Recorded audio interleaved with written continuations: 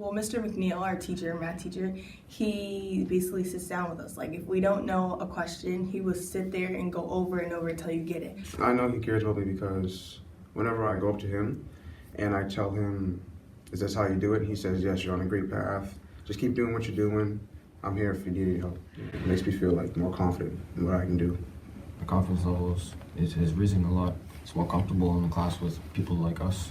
We can all bounce our ideas off each other, and I think we learn better like this. Like, I was always good in math. I really was. But, like, I'm learning how to learn different ways. I sucked at math, I don't lie to you. I got some things, I didn't get some other things. But now it's like, I get everything. We're doing awesome. We're making some inroads. And there's more ideas that are creeping up all the time. What I've seen so far is the growth in terms of how they're presenting themselves, how they're feeling confident in who they are, and not afraid to make mistakes, and to try, and even reach out to help their sister or their brother, because now they feel like a little small community within that math cohort. It's almost like a small family. I'm at home. It's like I'm at my house in my community. When people look like you feel more comfortable around them and being yourself. Just a couple weeks ago, like, we were studying for this math test, and it was just like a big group of us just studying in different groups, and we just go over to other like classmates, just ask them if they got this. My strength might be someone else's weaknesses, or like my weakness might be someone else's strength. So like we all like make sure each other are doing good. Like, we're from different schools, you know what I mean? Yeah. So some people could be like taught differently. And we could be like, oh, here's what we're doing. They're like, no, you don't do this, you do that. And they're like, oh, I get that so much better than what I was doing. Like, it's better ideas. And you learn more. And then we are almost like the shepherds. We're helping them along the way. Like, yeah, maybe the principal, but I'm also the person that's trying to motivate them. The teacher is also trying to motivate them and keep them on track. The resource teacher, the Canadian history teacher, the vice principal, like, we're all saying the same message to them. And you can just see how they're blossoming, how they're growing as young male and females. Before then, I wouldn't show the answer. But now it's like we all show the answer and we all participate, and they actually give you props. Like, people are like, oh, good job, because you got the answer right. You know what I mean? Yeah.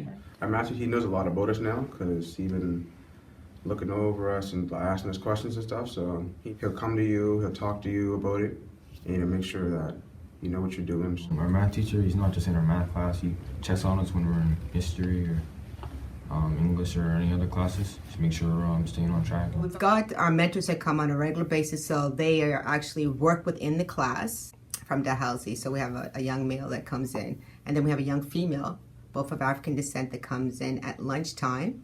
And then we have Imhotep, so we have 3 supports that come in. So I think it's important for them because they can see themselves and the potential of what they can do and what they can become. And seeing is believing. Well, I feel like the mentors are important because it's like someone to look up to. These guys have degrees and things, and they come from communities like we do. Darren, he has like physics degrees and all this stuff, and he came from where I came from. So it shows like we can do that too. So Friday we went to Dalhousie University and we met with Professor Hewitt and Professor Stephen. We did lasers, and We learned about the color spectrum and ultraviolet. He was asking us for our names and something about us, and we all gave like basketball, football stuff, and he was just saying that he might come to one of our games. I find it cool how the professor found like how he took interest in what we were interested in, and he would like to relate basketball and sports into physics, and how physics and math relate to everything.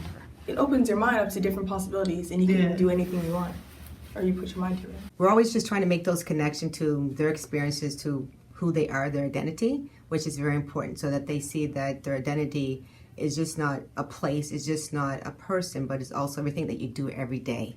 In math class, most things relate back to like Africa, like the pyramids started in Africa, and like most math classes or teachers probably wouldn't explain all that to us about how most maths come from black people and stuff like that. When the individuals came from Ghana to talk about their experience there, they spoke about Africa as a global connection and how it connects to Nova Scotia. Yeah, they walked in the shoes of slaves. They took off their shoes, their socks, and walked barefooted into the waters where they struggled and everything. It's like it's a deep connection that they had with the slaves. So that like opened a lot of our minds up, and it helps us because it's like this is where we come from.